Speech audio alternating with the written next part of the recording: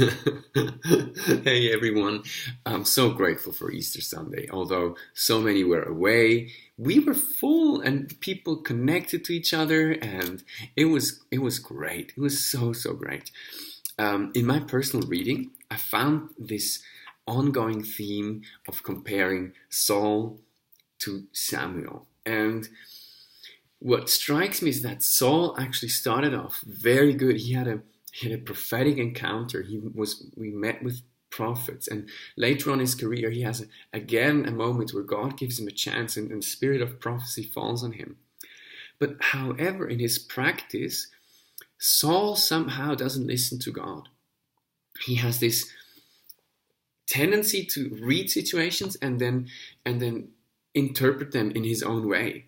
So in 1 Samuel 23, there's this moment where David is locked into a city, and then Saul says, God has given him into my hand, for he has shut himself in by entering a town that has gates and bars. He's just reading the situation, and he goes like, therefore God is for me. And when he's in a battle and he's losing or so, then Saul says, then God is against me. So actually his God is actually his situation. It's not even God. David, however, just 2 verses later in 1 Samuel 23, verse 9, it says that he knew that Saul was plotting this. But still he asks the priest, and he says, O Lord, the God of Israel, your servant has surely heard that David seeks to come to Keilah to destroy the city on my account. Question: will the man of Keilah surrender me into his hand? Will Saul come down as your servant has heard? O Lord, the God of Israel, please tell your servant. And the Lord said, he will come down. So God answers one of the 2 questions. Then David asks again, and he said, O Lord, the God of Israel, please, will the man of Keilah surrender me and my man into their hand? And the Lord said, they will surrender you. I just think it's striking because the situation clearly looks like that. I mean, David could have just stated the obvious and said, chances are I'm going to be handed over. Chances are Saul is coming. Don't need to ask. But he asks, and sometimes God gives a surprising answer. Sometimes he goes with the obvious, sometimes he gives a surprising answer. But what it does with David is that when he needs the guidance of God, he gets the guidance of God because he's asking when he actually doesn't seem to need it.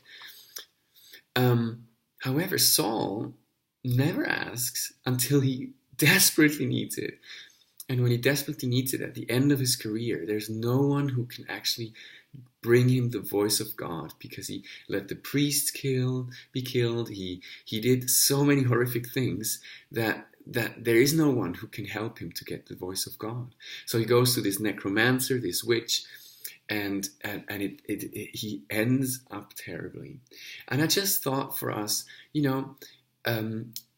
need to learn how to hear the voice of God and distinguish it from our situation. Sometimes the situation and the voice of God align, but sometimes it might be different. And if we don't hear the voice of God on a regular basis, if we don't listen to God, if we don't ask, don't inquire, then it's not going to work when we really need it.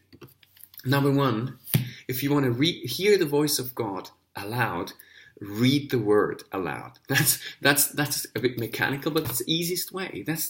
Learn to read the voice of God. It's in there. Second thing, make it a habit of praying. Maybe God has a task for you today. To just take a minute, reflect. What is God saying? What do you feel in your heart? And maybe at the moment, in the first times, you don't get it right, but we can learn. We can learn from our little mistakes, and it's good to do little mistakes, because little mistakes, they help you to, evade the huge ones.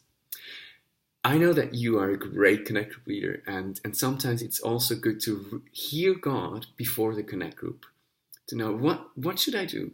Should I do program A or program B that Simon is offering? Should I do something completely different?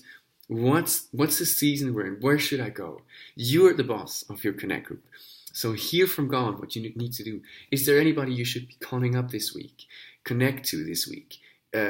All these things. You know it, and God's going to guide you. God bless you.